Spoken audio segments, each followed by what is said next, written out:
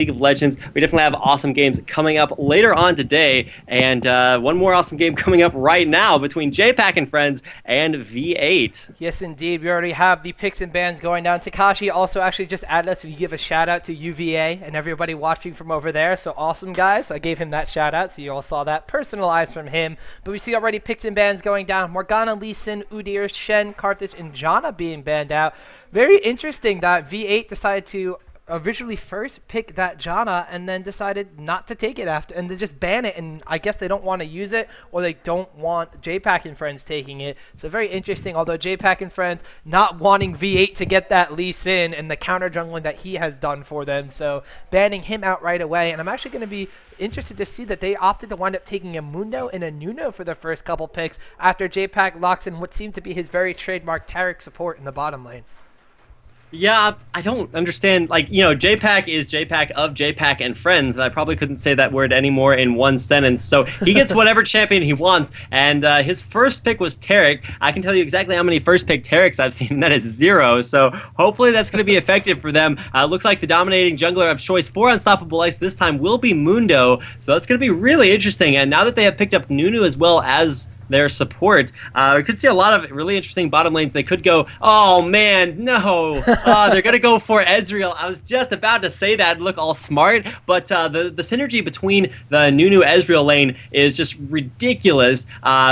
A lot of people don't know that the Essence Flux from, actually it's not Essence Flux, it's the E, or the W rather, from Ezreal has an attack speed slow on it as well as Nunu's Snowball, so that's like a 60% attack speed slow at level 2, and so that's just ridiculous. You can't trade effectively with that, plus it has a slow so you can't run away, as just ridiculously strong bottom lane. However, the counter to that strategy for Jpak and Friends will be, well, it looks like unless we're going to have a jungle Alistar, it will be Alistar bottom lane along with Corki, so just a really aggressive lane, tons of initiation in CC, so I don't know, I think it could be close depending on which one of those strategies winds up winning out. As much as I would love to see an Alistar and Corki on the bottom lane freeing up Taric to go top or middle or even in the jungle, I don't think we're going to see that.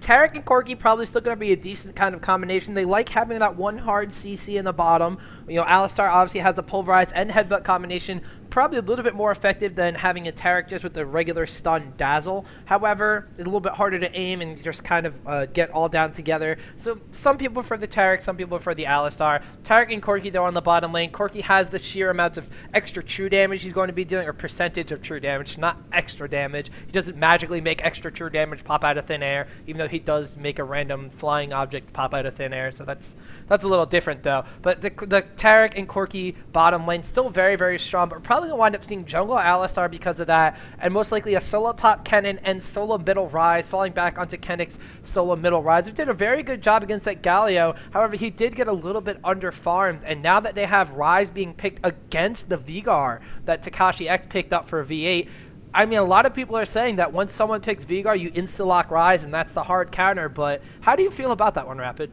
I definitely think that Galio works really well against Ryze, but as far as things that work well against Veigar, you definitely have to pick something that has a lot of aggression and a lot of gank potential, just because Veigar is really gankable. I mean, he does have that stun to, sort of keep people off of him, but he's also really, really slow, so I definitely like that pickup by Ryze, just because Ryze doesn't stack AP. He builds maximum mana, which unfortunately isn't affected by Veigar's ult, so that will try to tone down the damage on Veigar's ult, just preventing it from scaling off of 80% of of Kenneck's mana or AP pool, as he will be building mana. So that's going to be a really strong pickup. I definitely think that he will be able to harass and 1v1 Takashi X extremely effectively as far as this game is concerned. So it looks like the last pickup for V8 will be Trieskimo picking up that Irelia for their top lane, and I definitely like the Irelia top lane. We didn't see it do too much work as far as last game was concerned, just because it was up against an unstoppable Olaf. So I definitely would like to see exactly what V8 has planned for that top lane this time around, and see how Irelia will fare. Yes, I don't know how she's going to fare against that Kennen. Excuse me, I seem to have a frog in my throat, ladies and gentlemen. Now I'm going to go into my sultry radio voice, haha. But Irelia against Kennen. Kennen does have the ability to poke back and forth. Irelia did hit that little bit of a nerf to her sustain, so I actually haven't seen a Kennen versus Irelia matchup in top lane since the little bit of a rework being done to Irelia. So I am personally going to be very, very excited and interested in seeing how the Kennen, who normally, people used to say that Kennen had one of the best laning phases in the game of League of Legends, because he has the poke, he has the damage to pick up the last hits, the poke to harass, and the skills just with that lightning rush to go in, not only hit the minions, but push away champions. He has the ability to lock people down with a stun, and once he hits level 6 with that ultimate, well, it's pretty much lights out for any sort of squishy character or anyone caught in a very awkward position or at a lower amount of HP. However, that Aurelia, still one of those extremely strong top laners, as we saw people going for a little bit more of a tanky kind of Aurelia build, getting that Frozen Mallet, getting those Guardian Angels, and going for more of like an HP-centric kind of Aurelia, even going for Trinity Force and big beefy items like that. In the early stages of the game, I have to say this Kennen's going to have her number, but if from what we've seen out of V8 is going to be holding true into this match as well, I can't help but think that Aurelia played extremely well by Triesco in the top lane is just slowly going to assert her dominance throughout the rest of the game. Yeah, I definitely agree with you in that regard. Actually, looking at chat, Tilimit's shouting out to his mom, so make sure to shout out to all of your moms and go give them a hug because they're pretty awesome. But back to the matter. Mom. Oh yeah, I definitely picked that one up. I'll save that one for later. But back to the matter at hand, I definitely think that, like you said, top lane, Kennen just pretty much has the most complete kit as far as a lot of champions are concerned. Can go in, can get out. Has you can basically build him however you want. You can go hybrid with Rageblade Kennen. You can go AD top, which is something a lot of the Korean teams love doing. Putting AD Kennen top just pretty much dominates a specific few champions that do go top. And most likely this game we will be seeing double AP top lane and mid. Might even go for a double Woda strategy, as Ryze can get that Woda to amplify the spell vamp on his ult, and then Kennen gets that by default along with things like Rylai's and a lot of other items, but it does look like that will be extremely effective, at least as far as Jpak and friends are concerned. But it's really all about that mid lane. Like, if they can prevent Takashi X from roaming with a lot of pressure mid and just keep that wave push, which is something Ryze does an excellent job at, then that's really going to limit Veigar's effectiveness, as he probably won't be able to get a kill on Ryze anytime soon.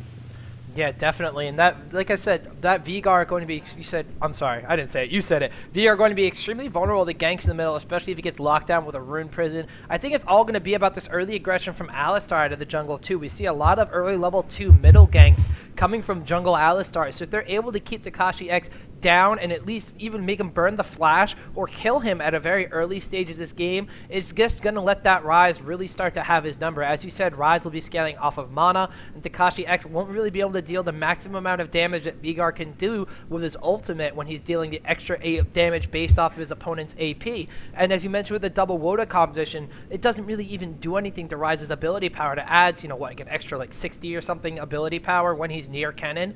So it's not even going to be enough for Veigar to really start dealing massive amounts of damage, and the tankiness of Ryze, it's just going to wind up being a very good game. But like you said, I think it's going to be relying heavily around how this middle lane fares.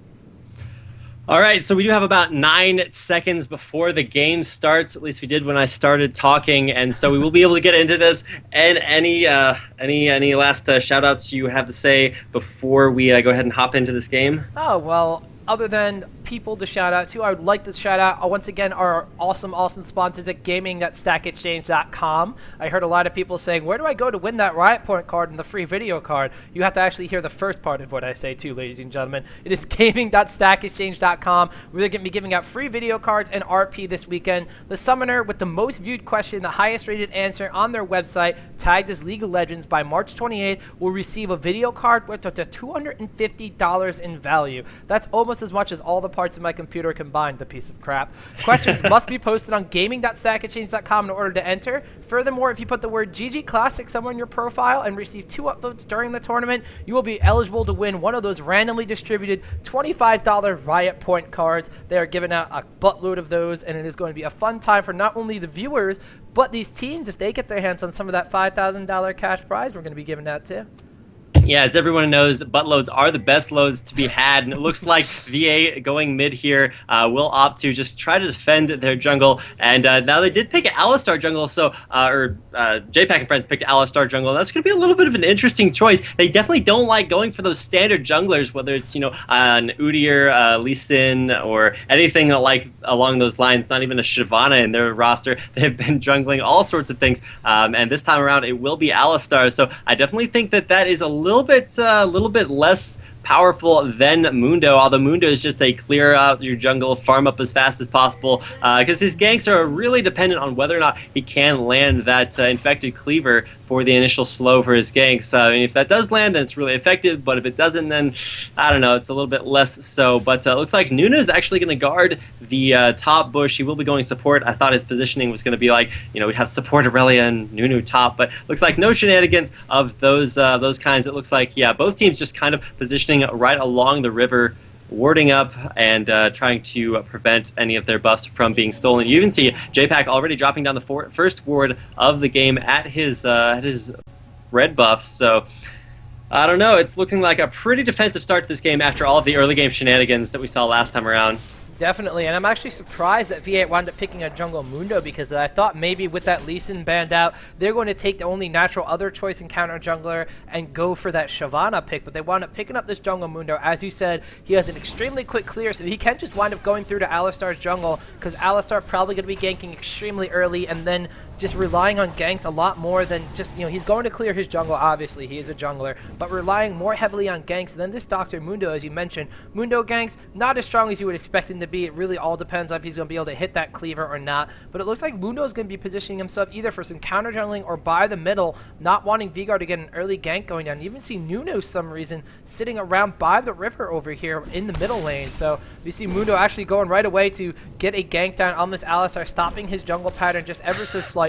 Quick little headbutt nudge out of the way, though, as Mundo saying, these rates are mine. Rise is going to be coming down from the middle lane, though. Mundo might be in a little bit of trouble here. Pulverize goes off, headbutt back into the corner of those rates. Jpak is even here to try to get a Dazzle down if he has that leveled up. I don't even know. He does have Dazzle level 1. He's going to be throwing that down on Vigard, though, as Rise with the Ignite and the Q finally picks up the Overload kill onto Mundo, so counter jungling shenanigans might not be as potent this game as they were last game for V8.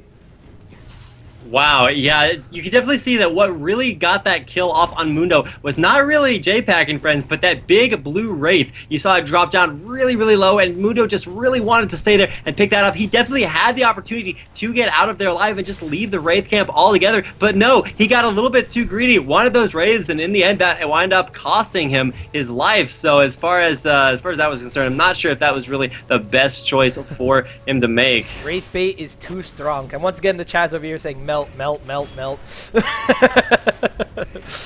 Oh man, we're gonna have to go back to eviscerate and incinerate and stuff like that. I don't know. I liked Fusro Da myself, so I may have to drop that down in here in the future. But I have to let it fade from people's minds so that I can drop it in there by surprise. So yeah, when they least expect it, that's always the best surprise. Fusro Da. We see up here, it looks like this Aurelia already being pushed back to her tower by that extremely aggressive Kennen. He actually has boots and 3 potions, not used any of them. Aurelia boots and only 1 potion, meaning that she has used 2 of her own pots to try to just keep herself at a decent amount of health against this Kennen. Now being forced to last hit against this tower, although it doesn't really look like it's hindering her too much. Kennen at 16 last hits, opting to go back already, whereas Aurelia, she's like, I can farm against my tower. I'm just going to get more last hits than you, popping herself all the way up to 19 already, despite the tower taking pot shots away at her minions. Yeah, Trieskimo plays a ridiculously good Aurelia. I think that was one of the first champions that he really got noticed for being ridiculously good at, and so it's just doing so much work, just because he does have that last hitting mechanic. Ooh, I gotta interrupt. We got a little bit of a gank going down the middle as VR gets a stun off and Mundo gets a cleaver. Exhaust goes off as well, but now Alistar coming out of the jungle from nowhere, headbutting that Mundo back into turret range, so he's gonna wind up picking up a kill on Dr. Mundo. Now trying to chase down this Vigard. Vigard still has a little bit of mana in his reserve, but he's not going to be able to cast any spells due to those cooldowns. He is barely going to get out of there. On the bottom lane, though, we see Corki being melted down by Nunu as this Afro moves. Ezreal is getting extremely, extremely low, but he is not going to give up because of that extra blood boil attack speed and move speed. Let him chase down Jpak. So 2 kills coming out of the bottom lane. Alistar has 2 kills out of the jungle, and we see ourselves evened up in kills, gold, and pretty much everything right now. As V8 and Jpak giving us a very entertaining early game, just like last game. Yeah, Alistar showing up a little bit late to the party. If Aframu had stayed around, that would have been big problems there. But actually, Onion Bagel, yeah, did show up, like I said, a little bit late. So Aframu will be able to get out of there. Both AD carries, interestingly enough, bottom lane, are rocking the 3% lifesteal from the Vampirism Mastery, which is a little bit interesting just because you see a lot of AD carries opt for going both of the 80 per level and the extra percentage increase on overall damage. So both of them will have that little bit of extra sustain. and probably go back for lots and lots of Doran's Blades, which are apparently the best item in the game, as we just see Corki picking up a couple of those, and now that Aphromoo, or at least whenever Aphromoo decides to go back, he can pick himself up some of those as well. Yeah, Doran's Blades is best blade. It's very sturdy, very durable, and gets you some lifesteal. We see over here Veigar being extremely cautious as pings went down, letting you know that Onion Bagel was coming in. And now that there haven't been any counter jungling issues for Onion Bagel, his jungling seems to be extremely strong. So it definitely was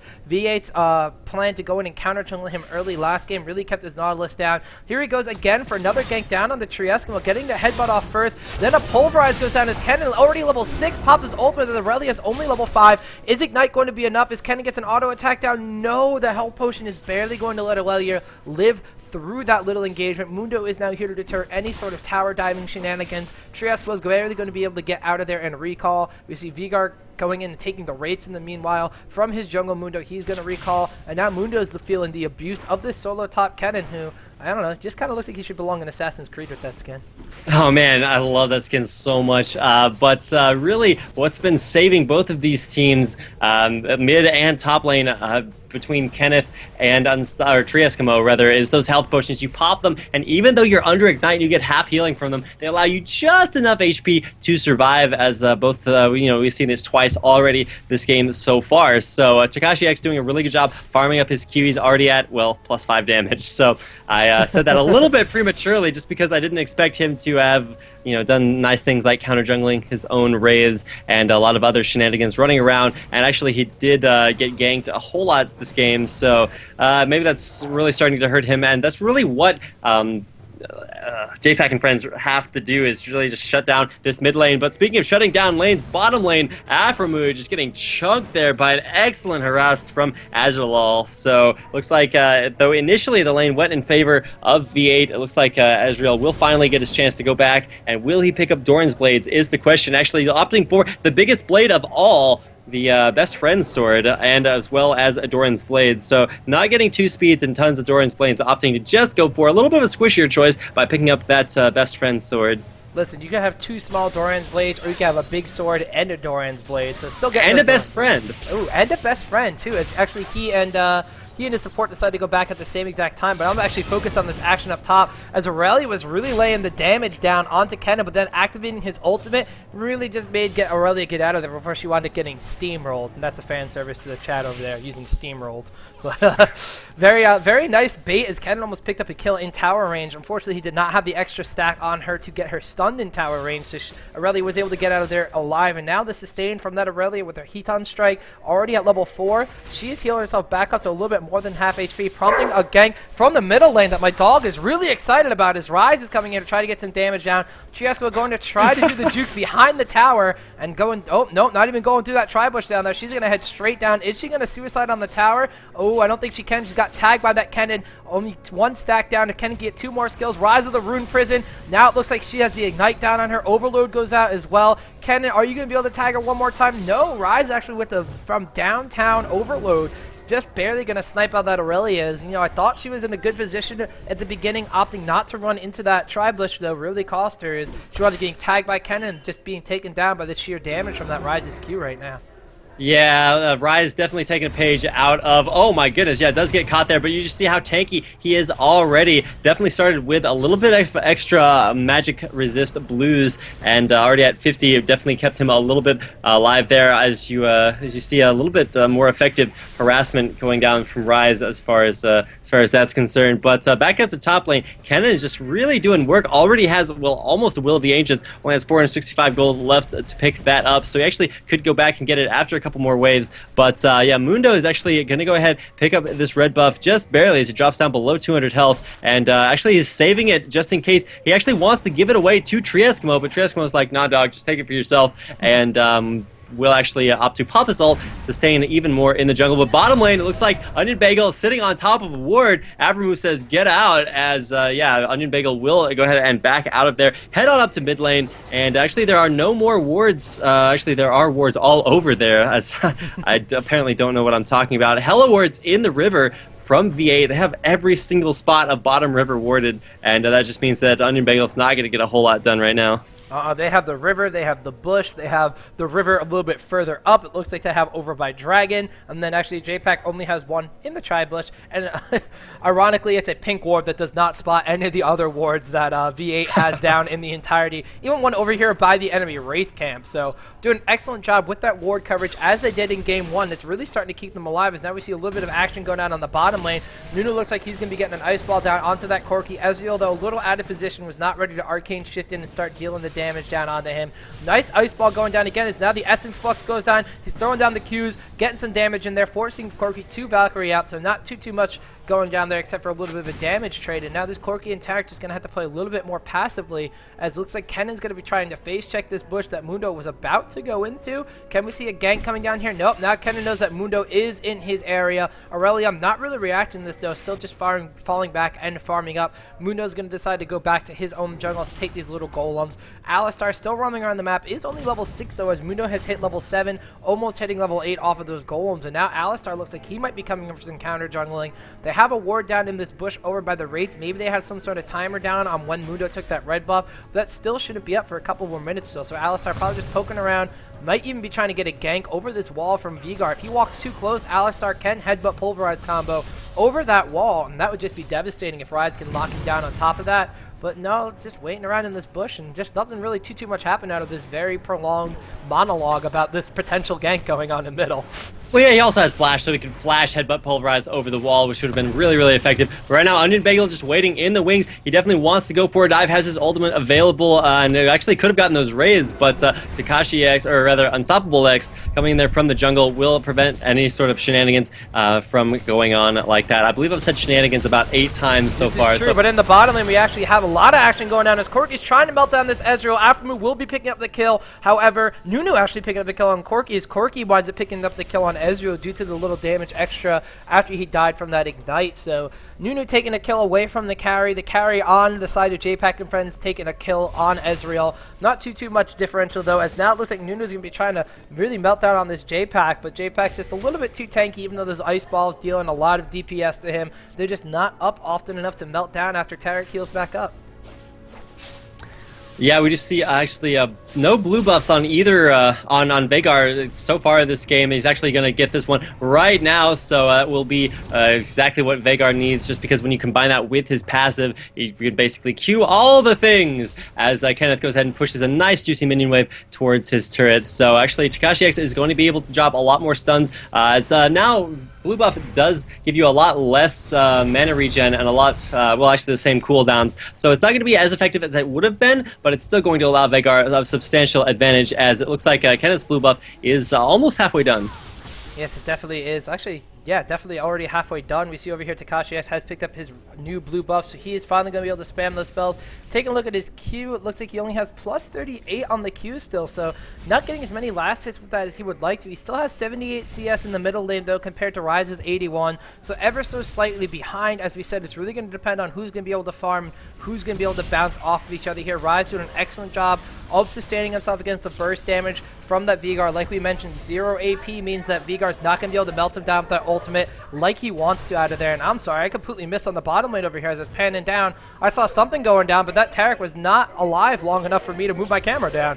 Yeah, Muffin Cutie was waiting up there in the brush after just having warded, and then, you know, Jpak is getting a little bit too ballsy, runs into the bush and says, hey, what's up, takes an ice ball to the face, and that was Afromove's signal to go in. It pops basically everything, and then combining his Essence Flux with his Flash and Ultimate was able to pick up the kill there on Jpak. So Jpak is back alive. We'll see if he makes the same mistake once again. Actually, a lot of harassment going down here mid lane, as both mids have that blue buff. They're just dropping all their spells all over the place. But now Onion Bagel is being found in the jungle there by Unstoppable X. We'll take an ice ball. We'll take a cleaver. Force to pop his ultimate to get out of there. Kenneth's actually going to get caught by that ult there, and the ult coming out there from Takashi X, flashing over the wall as well. Will pick up the kill there on Rise, but even more action going down as Onion Bagels all runs off. He will finally fall down. Jpak takes a cleaver but gets out of dodge, and this will most likely be a dragon for V8. Yes, indeed it will. Excellent job of following through after the flashes over the wall. They were excellently placed, but that Afromove's Ezreal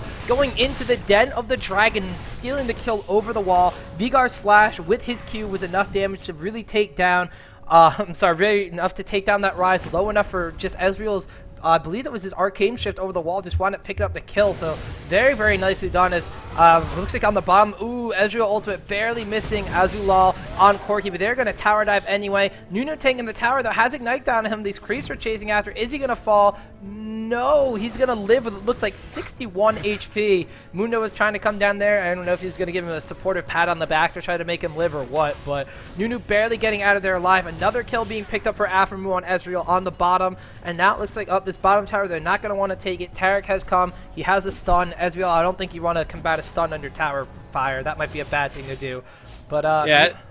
Ezreal's just going to go ahead and poke down Jpak from under turret. There's not a whole lot Jpak can do about that, as he really needs Azulal to go ahead and come back there into lane. DFG actually has been just picked up by Takashi X, but top lane, Tree Eskimo gets knocked down really, really low by an excellent stun combo from Nothing here, who has already picked up his magic penetration boots as well as a Will of the Ancients. So that is going to be a lot of damage that apparently Tree Eskimo is a little bit unable to deal with right now, as Unstoppable X comes to hold the lane while she picks up the last of the farm before going back.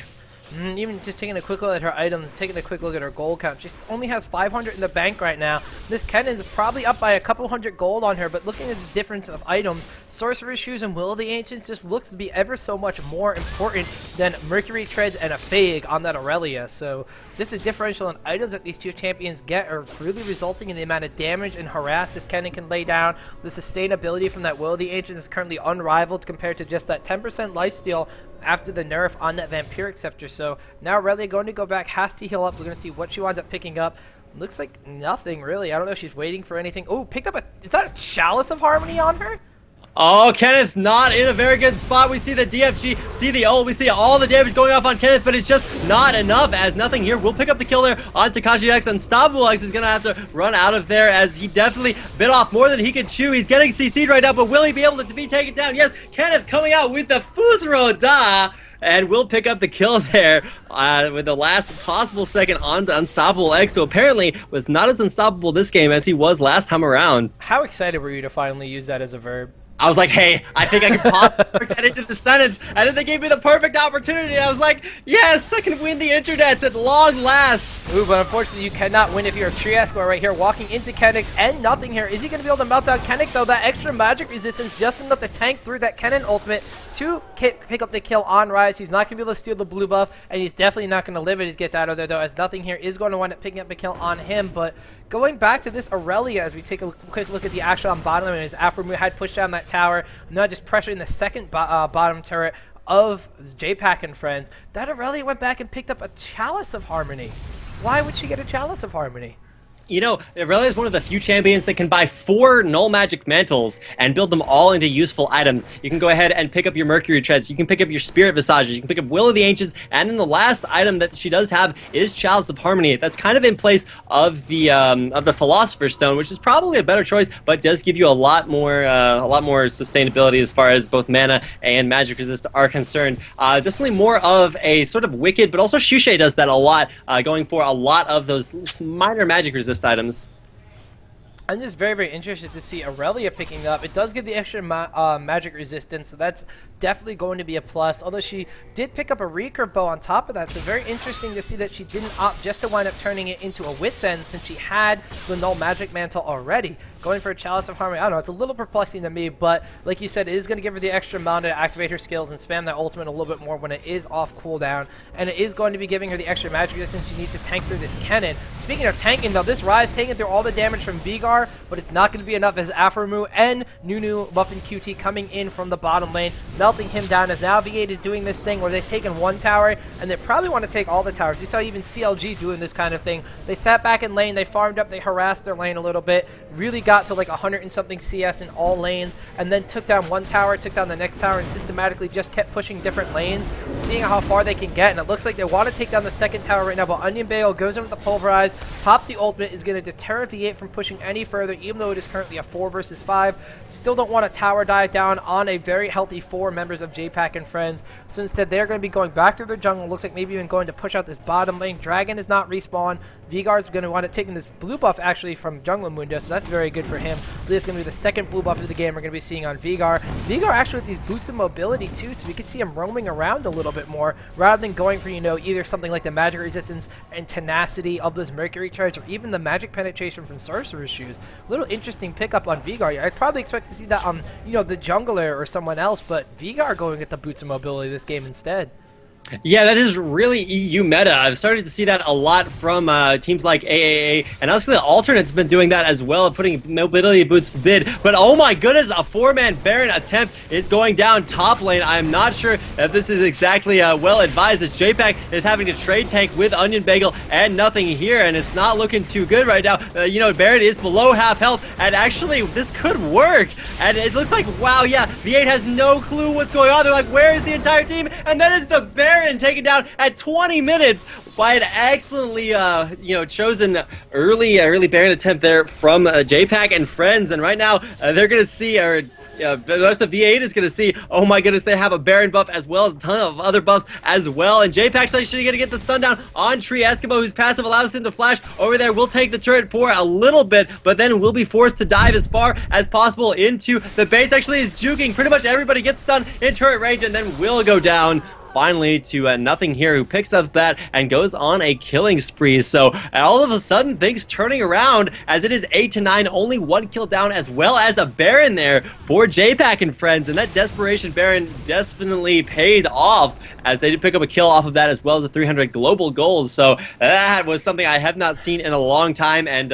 fortunately V8 just let that happen. They will pick up a dragon off of this, but I don't know, things are looking a lot more close than they were before that Baron.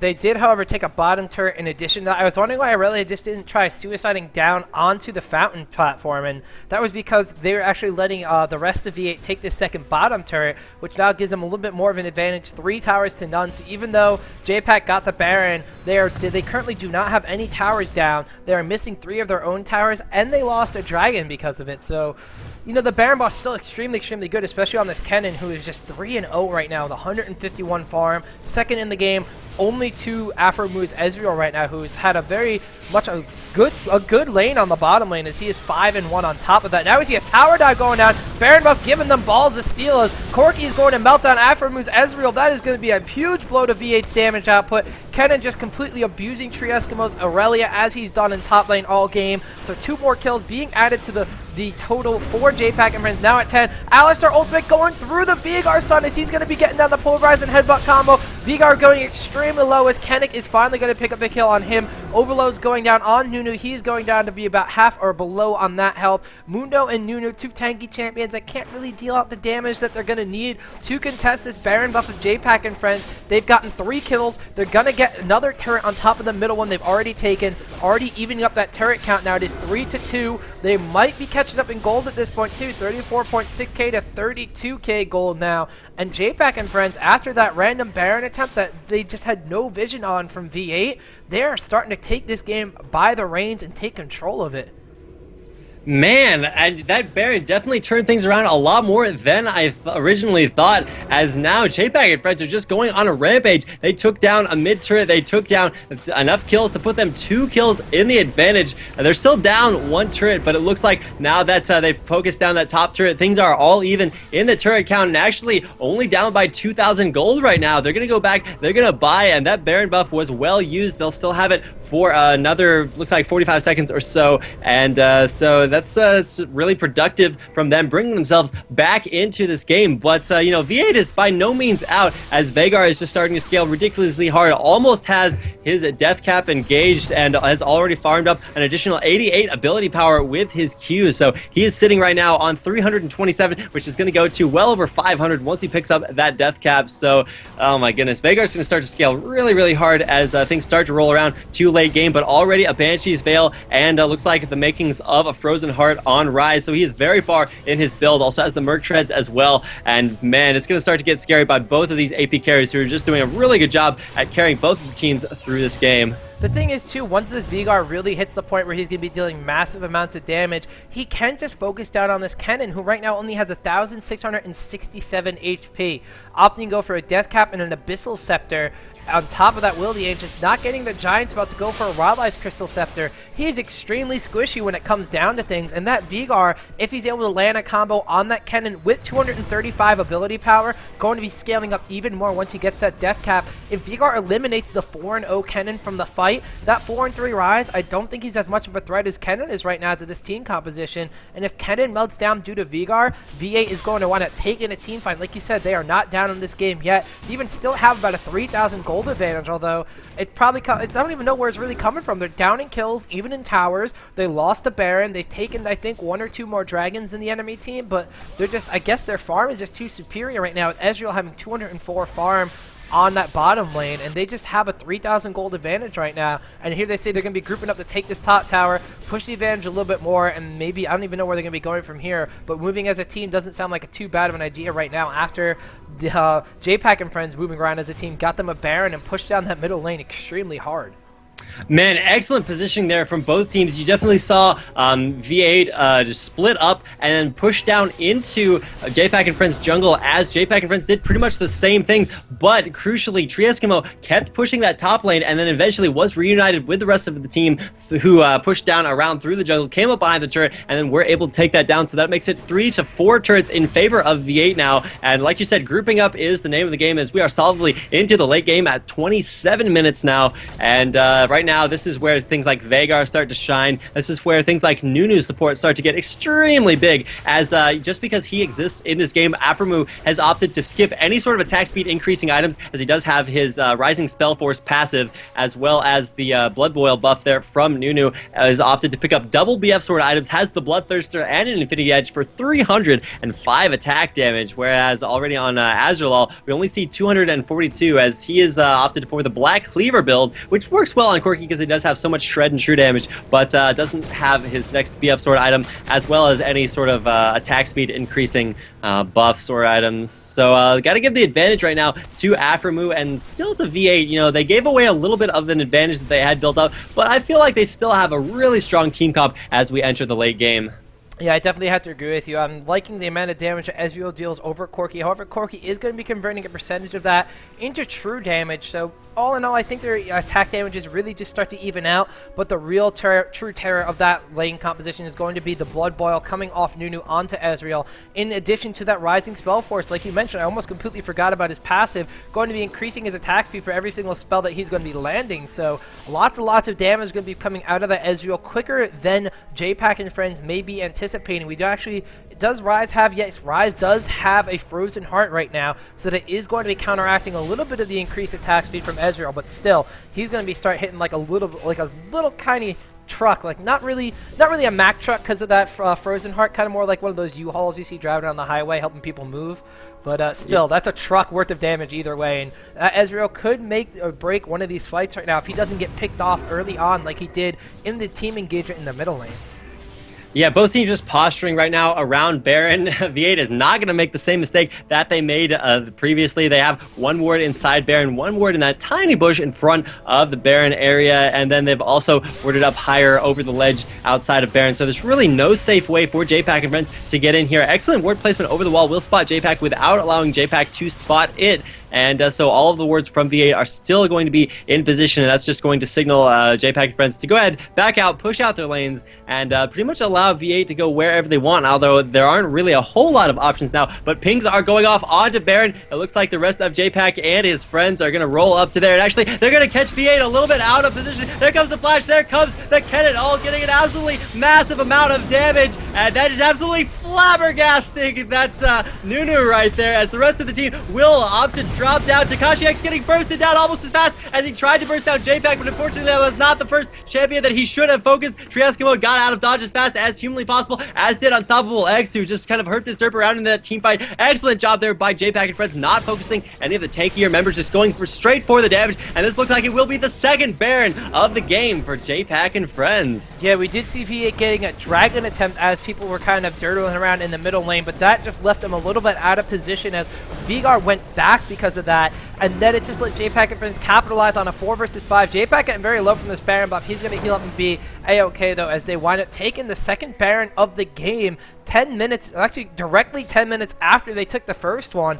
Aurelia on the bottom lane, though, is going to continue pushing down with Mundo. We saw nothing here coming down, trying to stop their advance a little bit. They are going to get the tower, so V8 still retaining a slight gold lead because of this, but down 5 kills, down 2 Barons, ahead 2 towers, and in that 5 versus 4 team fight, they just looked like there's nothing they could do, as every single main member of their team composition, minus Aurelia, got melted down under just the sheer damage output of that Rise, of that Kennen, and of that Corki, just shredding through and laying down the stuns and all the damage that they could. I honestly don't know if V8's going to be able to contest them if with this Baron buff up. They're definitely not going to be able to charge head first into them. Going to have to play very, very defensive. But even once that Baron buff ends, Jpak and friends just sitting around the jungle, farming up as much as they can. They're going to be getting super, super strong. Even once that Baron buff ends, I don't know if V8's going to be able to take them in a straight-up team fight right now. Yeah, and I think V8 knows that as well. They're going to start to use a strategy popularized by the members of a new team's Subterfuge, where once you know you really can't take a couple members of the enemy team, like you just saw Tree Eskimo and Unstoppable run down there, take out the bottom turret, that's going to allow them to disengage, just kind of not want to team fight, and try to either A, backdoor the bottom inhibitor, or B, just attempt to position in weird ways that don't allow Jpak and friends to utilize their 4-3 Corki, 4-0 Kennen, and 4-3 Rise to be as effective as possible. So you're definitely going to see positioning come out really key in these next team fights. It looks like, yeah, Jpak and friends are all bunched up because that is where their strength lies, in those numbers. But right now, the strengths for V8 lie in the individual abilities of each of their champions. They are all withdrawing back to their base, but like I just said, Mundo is going to go ahead and stay top lane and go ahead and push that out. I'm not sure if that is the best choice, but it looks like, yeah, V8 thinks that they can defend in front of this tower and stave off this push coming here for V8, or from Jpak and friends. It looks like a stun going off from Vigard, trying to just put the down in front of that turret. The turret is already below half health, though, as nice pokes coming out of Corki and Rise are just going to force V8 back behind the turret, leaving it exposed to the minions, and just some damage from that Kennen and Corki. Kennen very wisely picking up Azania's Hourglass over the Death Cat first, so he can run in ultimate, activate that Hourglass. As I said, he is extremely squishy. This is going to stop Vigard from one-shot comboing him. Activating that Zanya is going to make him invulnerable for just a second or two. So that's going to be enough time for Vigard to lose his targeting, lose his focus, and probably wind up getting bursted down by this sheer damage output for the rest of Jpak and friends. They're doing an excellent job of keeping VA in their base. We see Mundo has now rejoined the fray, so he's going to be poking out with those cleavers, trying to force them back off the turret. The turret has not suffered any more damage since Mundo has returned. Actually, Mundo getting the Blood Boil instead of Ezreal on this, so I don't exactly know what's that for, but I don't think he gets extra attack speed on throwing those axes. But a nice stun from Vigard, getting some damage down on this Kennen. Here comes Onion Bagel. Looks like they want to try pushing down this tower before they engage. Tower is going to be going down for Jpak and friends. Aurelia decides to go in, as does Mundo. Ultimate from Kennen is going to bypass all of them, going down onto this Ezreal and onto the Vigard, but a nice Nuno ultimate slows him down as he is going to fall to the Ezreal's sheer amounts of damage. It is still currently a 1-for-1 at this point, but Aphromu and Takashi X just so low right now. V8's going to have to sacrifice his inhibitor, and then Jpak and friends wisely going to fall back with their victory, still retaining the Baron buff for just a short duration of time, still even opting to use a Shirelius to get out of there. By the time they go back and heal and come back for an engagement, Baron buff will be down, but there is now an inhibitor down in favor of Jpak and friends. They are closing the gold gap to within a little more than 1,000 gold, and I just don't know. This Ezreal's damage is his last whisper now. Vigard's going to be having how much ability power? 479. It's just not enough to burst down these champions from Jpak and friends right now. Yeah, Jpak has opted to go really tanky, and as soon as they took down that inhibitor, you really saw them all just like make a beeline down for that for the bottom lane. They need to keep that push just because they don't want any sort of crazy backdoor shenanigans. They know what's up. They know that that bottom lane is extremely weak. Having that inhibitor open, they definitely don't want V8 to have any sort of a crazy comeback by running down there and taking out that inhibitor. So all of Jpak and friends are just going to go back, buy up, and make sure that they are as strong as humanly possible for this next engagement. We're going to see Rise hit full build with the next completion of his next item, and looks like nothing here is pretty close. He's actually going for Sagely Spores and Might Shrooms, so just tons and tons of those elixirs. V8 is opting for what I would consider somewhat of a desperation move. They're just going to go ahead and sit at this red buff. Sooner or later, somebody's going to have to come through there, and if they don't, then, I mean, if they do, then they're going to have excellent positioning. If they don't, then they're just going to make a 5-man push all the way down there to that bottom inhibitor. So they do have however, their mid inhibitor down, so that's going to force them to fall back at some point in time, and so I don't think that I like the positioning there. If they had gone ahead and stayed in there, that would pay huge dividends right now, as Onion Bagel would have just run through their entire team, but it looks like they will go ahead, back out, pick up a dragon,